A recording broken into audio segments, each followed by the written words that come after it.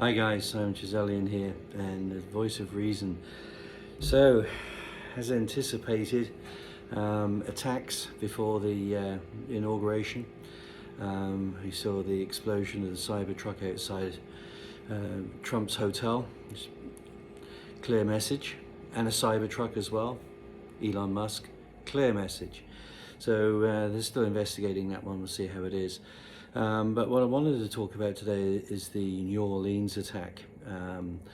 We've seen this time and time again, and we're seeing it in Europe. We're seeing it everywhere in the world.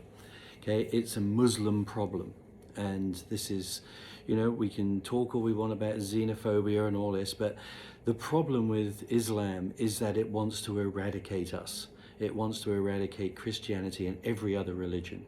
Okay, so the whole point of Islam is, it means submission. That's what Islam means. And what they mean by that is that they want the whole world to submit to Islam or to kill them in the meantime. That is the fact of it. It's not the religion of peace. It's never had peace in its history.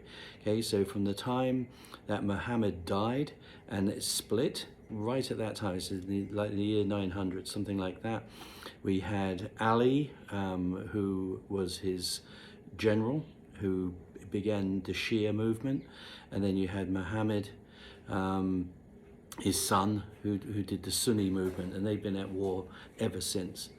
So there are a number of different areas. So I've obviously worked against Muslim terrorist groups, and they have a standard practice, and they are smart. I got to tell you, they are smart, they are committed, they are different to any other terrorist group in that they don't mind dying. When we fought against Marxist or Trotskyist terrorist groups, things like the IRA, Baader-Meinhof, they wanted to go home, at the end of the day. They had loved ones that they respected and responded to. Islam doesn't care. They're just gonna die until we die. And at some point we have to confront Islam. You cannot live with Islam in a country. It is just impossible. They will not integrate. So they have a thing called taqiyya. And with taqiyya, that gives them the God-given right from Allah, right, to lie to Westerners in regards to their religious beliefs, what they believe, who they are. And this is exactly what you've just seen with the guy in New Orleans. Former serviceman, joined the services, not to serve us, but to get the training that he required in order to be able to commit the atrocity that he did on New Year's Eve. You're going to see a lot more of this. The more Muslims that you get into a country, the more problems there are. They have a thing called Hira, which is basically infiltration. So they will infiltrate a country. They will then try to outbreed the occupants. They will get into places of power, just like Ilhan Omar. And then once they're in power, they will demand Sharia law. And they demand that the tolerant West just change all of their laws in order to help them.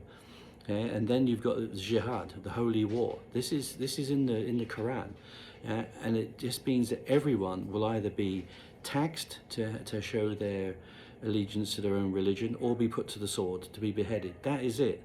Right? I'm not making this up. This is not conspiracy. This is actually in their Quran. So at some point, as we're seeing now in the streets of France and Germany and Italy, Belgium is likely to be a majority Muslim country by 2035. That means when they get into the majority, that means no schools. Women will not go to college, will not go to school. It means that women will have to cover up and will not be able to be allowed outside the house without a male relative.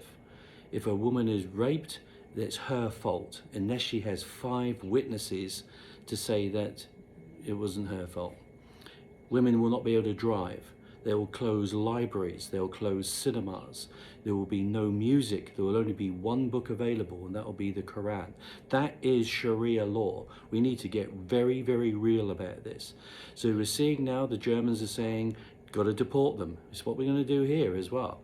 You've got to put these people back to where they came from. Unfortunately, sounds horrible, sounds xenophobic, but they don't like the West. They have nothing in common with our Western values. You know, it's going to be the death of women. It's going to be the worst thing for female children, because they have female circumcision, they have forced marriages. I mean, it's just a nightmare. This is a barbaric cult. It is not a religion of peace. It's a barbaric cult, and it's a death cult.